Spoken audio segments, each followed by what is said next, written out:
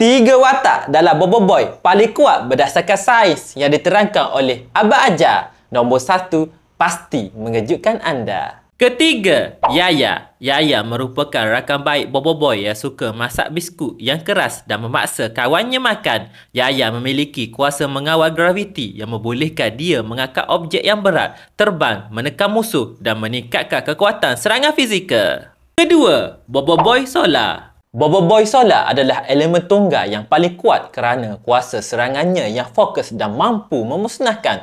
Sinaran dan laser yang dilancarkan oleh Bobo Boy Solar mempunyai tenaga yang sangat tinggi, membolehkannya menghancurkan apa sahaja dengan ketepatan yang jitu. Yang suka tengok Bobo Boy, sila hadirkan diri dan beritahu watak kegemaran anda. Terima kasih.